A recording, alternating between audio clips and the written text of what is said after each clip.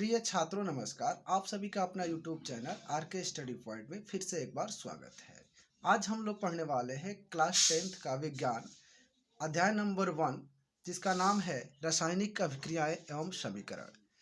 इस चैप्टर में हम लोग भौतिकी परिवर्तन क्या है, रासायनिक परिवर्तन क्या है, रासायनिक अभिक्रिया क्या होती है, रासायनिक समीकरण क्या होते हैं, रासायनिक समीकरणों को कैसे लिखा जाएगा, इन सारी चीज़ों को हम लोग पढ़ने वाले हैं। तो इसको स्टार्ट करने से पहले एक रिक्वेस्ट है, चैनल को आज आपने अभी तक सब्सक्राइब नहीं किया है तो चैनल को कृपया सब्सक्राइब कर लें और शेयर करें और लाइक करें। चलिए हम लोग स्टार्ट करते हैं। हम लोग सबसे पहले ध्यान देते हैं इस चैप्टर पर। चैप्टर में है कि रासायनिक अभिक्रियाएं एवं समीकरण। तो रासायनिक अभिक्रियाओं को पढ़ने से पहले हमें एक चीज़ जाननी होगी, वो है भौतिक परिवर्तन क्या है, रासायनिक परिवर्तन क्या है। तो आप लोगों ने क्लास 9th में भौतिक परिवर्तन और रासायनिक परिवर्तन को अच्छे से समझा होगा। फिर भी हम यहाँ पे आप लोगों को बताएंगे कि भौतिक परिवर्तन क्या है, रासायनिक परिवर्तन क्या है, ताकि हम लोगों का बेस मजबूत हो सके। जैसे बात करते हैं हम लोग पहले भौतिकी परिवर्तन की। तो भौतिक परिवर्तन अर्थात फिजिकल चेंज। तो चलिए यहाँ पर लिख लेते हैं भौतिक परिवर्तन और इसको समझते हैं। सबसे पहले हम लोग बात करेंगे कि ये भौतिक परिवर्तन होता क्या है। तो सबसे पहले तो बात है कि ये एक परिवर्तन है, मतलब ऐसे कह सकते हैं कि वे परिवर्तन जिनमें पदार्थ के भौतिक गुण जैसे भौतिकी अवस्था, आकृति, आकार बदल जाता है, परंतु इसमें जो पदार्थ का रासायनिक संगठन होता है वो नहीं बदलता है। इसे हम कहते हैं भौतिकी परिवर्तन। अब हम बात करते हैं इसमें जब भौतिक परिवर्तन जब होता है, किसी भी पदार्थ का जब भौतिक परिवर्तन होता है तो इसमें कोई अन्य नया पदार्थ नहीं बनता है। अर्थात इसमें जो द्रव्यमान होता है वो निश्चित होता है। मतलब अगर यदि 5 ग्राम का कोई अगर द्रव्यमान का कोई वस्तु है, अगर उसकी अवस्था में परिवर्तन हो रहा है तो वो जो किसी अन्य अवस्था में अगर परिवर्तित होता है तो 5 ग्राम का ही रहेगा। इसका मतलब इसमें कोई नया पदार्थ नहीं बनता, इसके द्रव्यमान भी निश्चित रहते हैं। तो सबसे पहले हम लोग बात करते हैं बर्फ का गलना। बर्फ का गलना, आप इस पर विचार करें तो जो बर्फ का गलना है एक भौतिक परिवर्तन होता है। ये भौतिक परिवर्तन इसलिए होता है क्योंकि जब बर्फ जब गलता है तो बर्फ से जल बनता है। जो बर्फ के जो कण होते हैं वो जल के कणों से भिन्न नहीं होते हैं। अर्थात इसकी ये जो बर्फ होता है वो ठोस के रूप में रहता है, और जब द्रव मानी पानी बनता है तो द्रव के रूप में हो जाता है। अर्थात इसने सिर्फ अवस्था यानी आकार का परिवर्तन किया है, अवस्था का परिवर्तन किया है। इसलिए हम इसे कहेंगे कि ये एक भौतिक परिवर्तन है। और जो सबसे बड़ी बात है वो ये है कि इसे फिर पुनः उसी अवस्था में लेके आया जा सकता है। जैसे बर्फ जब गलता है तो द्रव बनता है, अर्थात पानी बनता है। पानी से अगर हम चाहे तो फिर बर्फ बना सकते हैं, इसलिए इसे हम कहेंगे कि भौतिक परिवर्तन है। अर्थात इससे एक और निष्कर्ष निकलता है कि भौतिक परिवर्तन में पुनः उसी अवस्था में पदार्थों को लाया जा सकता है। लेकिन इसमें एक बात हुई है कि इसके रासायनिक संगठन में कोई परिवर्तन नहीं होता है, तो नहीं होता है। अब बात करें दूसरे एग्जाम्पल का ना, तो वो है जल का जमना। अभी अभी बताया गया जल का जमना। जैसे जल को जब हम ठंडा करते हैं तो वो जमने लगता है, यानी जल से बर्फ बनता है। तो जल का जमना और बर्फ का गलना ये हमारा हो जाएगा भौतिक परिवर्तन। इसी से रिलेटेड और भी कुछ चीज़ें हैं, जैसे जल का वाष्पीकरण। जल का वाष्पीकरण, वाष्पीकरण देखिए, जब हम जल को गर्म करते हैं तो ये वाष्पीकृत हो जाता है। इसका मतलब जल से ये गैस बनता है, अर्थात लिक्विड से गैसेस स्टेट में आता है। लेकिन इसके अवस्था में परिवर्तन होता है, इसमें कोई केमिकल चेंजिंग नहीं होती है। इसलिए ये भी एक भौतिक परिवर्तन है। और इसे पुनः ना उसी जल में फिर से जो है कि मतलब वाष्प को ठंडा करके फिर हम जल बना सकते हैं। अर्थात ये भी एक भौतिक परिवर्तन होता है। इसके बाद से आता है, तो ये जो चीनी और जल को जब हम घोलते हैं किसी जल में, तो ये जो विलयन होता है ये कोई नया पदार्थ नहीं होता है। इसका मतलब ये भी एक भौतिक परिवर्तन होता है। अब हम बात करें ना अगर दूसरे चीज़ों में, जैसे एक आता है, जैसे यहाँ पे है मोम का पिघलना, एक है मोम का पिघलना। तो मोम का जो पिघलना है ये भी एक भौतिक परिवर्तन है। लेकिन बहुत लोगों को ये शायद पता नहीं है कि मोम का जो जलना होता है वो भौतिक परिवर्तन होने के साथ साथ रासायनिक परिवर्तन भी होता है।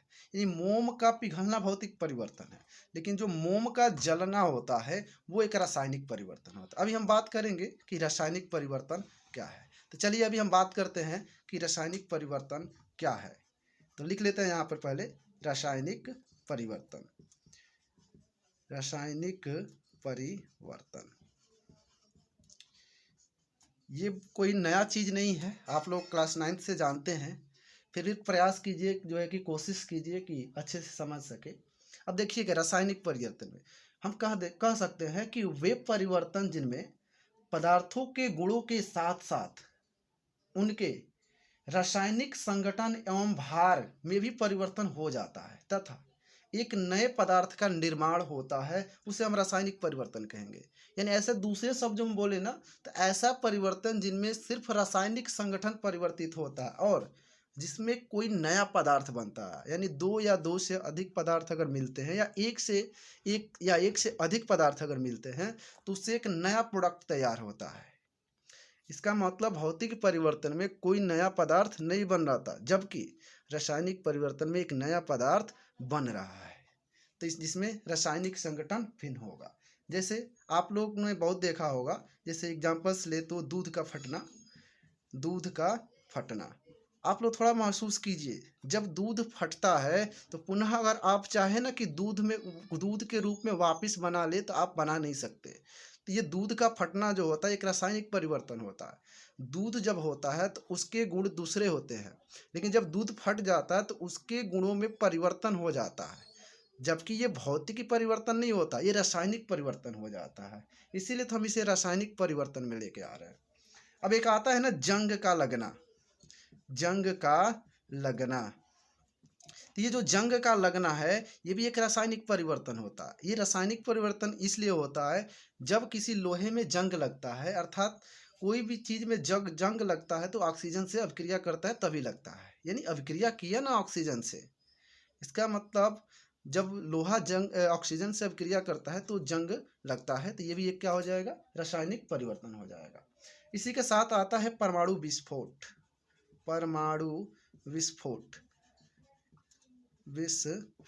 देखिए परमाणु विस्फोट जो है ये भी एक रासायनिक परिवर्तन होता है, क्योंकि जब परमाणु विस्फोट होता है तो उसके नाभिक बिखर जाते हैं, अर्थात इसमें बहुत सारी एनर्जी रिलीज होती है जिन्हें फिर से वापस नहीं लाया जा सकता है, यानी पुनः परमाणु नहीं बनाया जा सकता।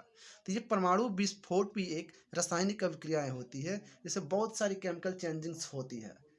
ठीक है, अब आगे ध्यान देंगे मैग्नीशियम का जलना। ये तो बहुत ही इंपॉर्टेंट क्वेश्चन है, मैग्नीशियम का जलना। ये एग्जाम की दृष्टि से भी बहुत ही इम्पोर्टेंट है। आपसे एक क्वेश्चन में ना यूपी बोर्ड के परीक्षाओं में ये पूछा जाता है कि मैग्नीशियम रिबन को जलाने से पहले क्यों साफ किया जाता है। तो टॉपिक जब आएगा तो हम लोग बात करेंगे। पहले हम समझते हैं ये मैग्नीशियम का जो जलना है वो रासायनिक परिवर्तन क्यों है। देखिए जब हम मैग्नीशियम को जलाते हैं ना वायु की उपस्थिति में, तो जब ऑक्सीजन से अभिक्रिया करता है तो मैग्नीशियम के साथ जलने के बाद मैग्नीशियम ऑक्साइड बनाता है, अर्थात यहाँ पे चाहे ना तो रिएक्शंस के द्वारा भी देख सकते हैं। जैसे जब मैग्नीशियम होता है और O2 से अभिक्रिया कराते हैं तो Mg मैग्नीशियम ऑक्साइड बनाता है। ये मैग्नीशियम ऑक्साइड बनाता है, जो देखिए यहाँ मैग्नीशियम और ऑक्सीजन से ये भिन्न है। इसका मतलब ये दो नए पदार्थ, यानी दो पदार्थ एक दूसरे से जब कंबाइन हुए तो जो तीसरा जो पदार्थ नया जो पदार्थ बना वो मैग्नीशियम ऑक्साइड है। नया इसलिए कह रहे हैं क्योंकि इसके गुण और इसके गुण अलग अलग है और मैग्नीशियम ऑक्साइड का जो गुण है वो अलग है, तो इसलिए इसे हम कहेंगे कि ये रासायनिक परिवर्तन है। तो उम्मीद है कि भौतिक परिवर्तन और रासायनिक परिवर्तन समझ में आया होगा। लेकिन अब हम लोग बात करने वाले हैं, जो हम लोग का चैप्टर का नाम है रासायनिक अभिक्रिया। तो हमारा यही टॉपिक है रहेगा आज का, रासायनिक अभिक्रिया। तो हम लोग बात करेंगे कि रासायनिक अभिक्रिया क्या है। तब तक के लिए आप लोग वीडियो को अंत तक देखिए और लाइक कीजिए, शेयर कीजिए। अब हम लोग बात करते हैं रासायनिक अभिक्रिया की। तो देखिए सबसे पहले हम लोग डेफिनेशन पे नज़र एक बार डालते हैं, उसके बाद से रासायनिक अभिक्रिया को अच्छे से समझते हैं। तो यहाँ पे देखिएगा कह रहा है जब एक या एक से अधिक पदार्थ आपस में अभिक्रिया करके नए पदार्थ बनाते हैं तो इस प्रकार की अभिक्रिया को रासायनिक अभिक्रिया कहते हैं। जैसे कहने का मतलब अभी अभी हम लोग पढ़ रहे थे रासायनिक परिवर्तन, यानी जब रासायनिक परिवर्तन हो रहा था तो उसमें हम एक चीज़ पढ़ रहे थे कि इसमें केमिकल, जैसे कहने का मतलब है कि इनमें रासायनिक संगठनों में परिवर्तन होता है। अर्थात जो भी रासायनिक परिवर्तन होगा उसमें रासायनिक अभिक्रिया जरूर होगी। अर्थात रासायनिक अभिक्रिया, बिना रासायनिक अभिक्रिया हुए कोई भी रासायनिक परिवर्तन नहीं हो सकता है। एक तरफ से देखा जाए तो रासायनिक परिवर्तन में रासायनिक अभिक्रिया होती है, जिसके द्वारा रासायनिक परिवर्तन हम कहते हैं। अब यहाँ पे ध्यान देंगे कि ये केमिकल चेंजिंग में अभी अभी हम बात कर रहे थे डेफिनेशंस की, यानी एक या एक से अधिक पदार्थ, यानी हो सकता है कि एक ही पदार्थ हो, मैंने कोई वन मॉलिक्यूल्स हो, एक मॉलिक्यूल्स हो जो है कि ऊष्मा के द्वारा, जैसे मान लीजिए प्रकाश दे दे, विद्युत के द्वारा, चाहे किसी ऊष्मा के द्वारा कोई टूट जाए दो या दो से अधिक अवयवों में, मतलब कोई अन्य प्रोडक्ट बना दे। तो इस प्रकार से ये बात किया गया है कि एक या एक से, यहाँ पे कह सकते थे दो या दो, यानी एक भी जो है कि मॉलिक्यूल्स हो सकता है। ये कह रहे हैं जब एक या एक से अधिक पदार्थ आपस में अभिक्रिया करके नए पदार्थ बनाते हैं तो इस प्रकार की अभिक्रिया को रासायनिक अभिक्रिया कहते हैं। अब हमें इस पे विचार करनी है, यानी जब अभिक्रिया होगी तो एक नया पदार्थ बनेगा, यानी जब नया पदार्थ बनेगा उसे क्या कहेंगे, और जो अभिक्रिया में भाग लेने वाले जो एलिमेंट्स है या कंपाउंड्स है उसका कौन सा नाम होगा, इसके बारे में हम लोग चर्चा करेंगे। सबसे पहले एक एग्जाम्पल्स देखते हैं, प्यारा सा। जैसे हम लोग बात करेंगे अभी जैसे केमिकल रिएक्शन की, तो मान लीजिए मैग्नीशियम को ऑक्सीजन की उपस्थिति में हम जलाते हैं, जैसे ऊपर अभी दिया गया है, तो यह मैग्नीशियम ऑक्साइड का एक चूर्ण प्राप्त होता है। ये संतुलित, यहाँ पे 2 से मल्टीप्लाई कर देंगे, संतुलित हो जाएगा। ये सब सिखाया जाएगा आगे कैसे करना है, तब तक के लिए समझिए। यहाँ पे मैग्नीशियम का ऑक्सीजन से दहन किया गया, यानी मैग्नीशियम रिबन को ऑक्सीजन की उपस्थिति में, वायु की उपस्थिति में जब जलाया गया तो ये मैग्नीशियम ऑक्साइड का चूर्ण प्राप्त होता है। तो इसमें देखिए दो चीज़ें हैं, एक मैग्नीशियम और ऑक्सीजन ने अभिक्रिया किया, आज जब अभिक्रिया किया तो एक नया पदार्थ बना मैग्नीशियम ऑक्साइड। तो हम कह रहे हैं कि इसमें रासायनिक अभिक्रिया हुई है। लेकिन हम लोग बात अभी करेंगे कि जो पदार्थ अभिक्रिया में भाग लेंगे उन्हें क्या कहेंगे, अभिक्रिया के जो पश्चात नया पदार्थ बना है उसे क्या कहेंगे। तो चलिए बात करते हैं हम लोग। ये जो अभिक्रिया में, यहाँ पे ध्यान देना है, जो अभिक्रिया में तत्व या यौगिक भाग लेंगे, यानी जो पदार्थ अभिक्रिया में भाग लेगा, नहीं जिनके द्वारा अभिक्रिया होगा, उसे हम अभिकारक कहते हैं। क्या बोलते हैं, अभिकारक। इसका एक और नाम होता है बच्चों, जिसे क्रियाकारक कहते हैं। कंफ्यूज नहीं होना है, बिल्कुल कंफ्यूज नहीं होना है। क्रियाकारक, यानी दो नाम है इसके, दोनों के दोनों याद रखने हैं, कई परीक्षाओं में पूछ देता है क्रियाकारक किसे कहते हैं, तो आप कंफ्यूज हो जाते हो वहाँ पे कि क्रियाकारक है क्या। तो कंफ्यूज बिल्कुल नहीं होना है। और यहाँ पे जो है कि अभिकारक है या क्रियाकारक। अब देखिए एक नया पदार्थ जो बना है ना, मैग्नीशियम ऑक्साइड, यानी यह अभिक्रिया के पश्चात बना है। इसका मतलब इसे हम कहते हैं उत्पाद, इंग्लिश में इसे प्रोडक्ट कहा जाता है, उत्पाद तो समझते हैं। तो यहाँ पे एक हुआ अभिकारक और दूसरा है उत्पाद। अब हम लोग बात करेंगे इसके डेफिनेशंस, अगर परीक्षाओं में आ जाए तो कैसे देंगे। तो इस डेफिनेशंस को भी मैं बताऊंगा कि कैसे डेफिनेशंस देने हैं, उत्पाद के कैसे डेफिनेशंस देने हैं। लेकिन पहले डेफिनेशन देने से पहले ये तो समझो अभिकारक उत्पाद क्या है। अभिकारक वो पदार्थ है जो अभिक्रिया में भाग लेता है, और उत्पाद वो है जो अभिक्रिया के पश्चात नया पदार्थ बनता है, यानी जो नया पदार्थ बन रहा है उसे ही तो हम उत्पाद कह रहे हैं। चलिए इसको डिफाइन थोड़ा सा करते हैं और आगे बढ़ते हैं। चलिए तो यहाँ पे हम लोग बात कर लेते हैं कि अभिकारक और उत्पाद के बारे में। तो अभी अभी हमने बताया भी, और देखिए यहाँ पे रासायनिक अभिक्रिया में भाग लेने वाले पदार्थों को अभिकारक कहते हैं। जैसे इस रिएक्शन में आप देख पा रहे हैं, ये मैग्नीशियम और ये ऑक्सीजन अभिक्रिया में भाग लिया हुआ है, यानी मैग्नीशियम और ये ऑक्सीजन अभिकारक कहलाएगा। और उत्पाद में देखिए अभिक्रिया के पश्चात उत्पन्न होने वाले पदार्थ को, यहाँ पे कह सकते हैं उत्पन्न होने वाले नए पदार्थ को उत्पाद कहते हैं। अर्थात ये जो मैग्नीशियम ऑक्साइड का जो चूर्ण दिख रहा है ये नया पदार्थ बना हुआ है जो अभिक्रिया के फलस्वरूप बना है, इसलिए इसे हम उत्पाद बोलेंगे। क्या बोलेंगे, उत्पाद। और इधर वाला जो LHS में होता है उसे हम अभिकारक कहते हैं। वो तो अभिक्रिया जब लिखनी होगी, कैसे लिखते हैं जब बताया जाएगा तो उसमें बताया जाएगा किसको कहाँ लिखा जाता है। चलिए ये समझ में आया होगा आप लोगों को कि अभिकारक क्या है, उत्पाद क्या है। अगर ये समझ में आप लोगों को आ रहा है ना, तो आप लोग कृपया जो है कि चैनल को सब्सक्राइब जरूर कीजिए, आप लोग लाइक कीजिए, अपने दोस्तों के पास शेयर कीजिए। आप हमें सपोर्ट करेंगे तभी आप लोगों का भी सपोर्ट हो पाएगा। यहाँ पे देखिएगा, अगला हम लोग का टॉपिक जो है ना वो है रासायनिक अभिक्रिया के मुख्य लक्षण। हम लोग बात करेंगे अभी अभी कि ये रासायनिक अभिक्रिया के मुख्य लक्षण क्या है। ये लक्षण का मतलब पहचान समझिए ना। जैसे मान लीजिए कोई रासायनिक अभिक्रिया अगर होती है तो कैसे आप पता कर पाओगे कि रासायनिक अभिक्रिया हुई है या नहीं हुई है। जैसे कुछ रासायनिक अभिक्रिया ऐसे भी होती है जिनमें जो है कि रंग बदल जाता है। यानी अगर आप रंग रंग नहीं देख पा रहे तो आपको पता नहीं चल पाएगा कि रासायनिक अभिक्रिया हुआ है या नहीं है। तो रासायनिक अभिक्रिया का जो लक्षण होता है, जैसे मान लीजिए एक पहला जो लक्षण होता है वो होता है अवस्था में परिवर्तन। अवस्था में, थोड़ा यहाँ पे सारे लक्षण को हम लिख लेते हैं। यहाँ पे आप देख पा रहे हैं कि हमने ये 4 लक्षण लिखे हुए हैं। पहला हमने लिखा है अवस्था में परिवर्तन, ताप में परिवर्तन, रंग में परिवर्तन, ये गैस का निकलना। देखिए इसका मुख्य ये इसके लिए है कि जब अभिक्रिया होती है तो ये पता करने का, ये पहचान करने का ये तरीका होता है। जैसे मान लीजिए कोई जो है कि अवस्था में परिवर्तन, जैसे कहने का मतलब ये है, जैसे मान लीजिए मोम जलता है, तो जब मोम जलता है तभी बताया गया पीछे कि मोम का पिघलना भौतिक परिवर्तन है तथा मोम का जलना एक रासायनिक परिवर्तन है।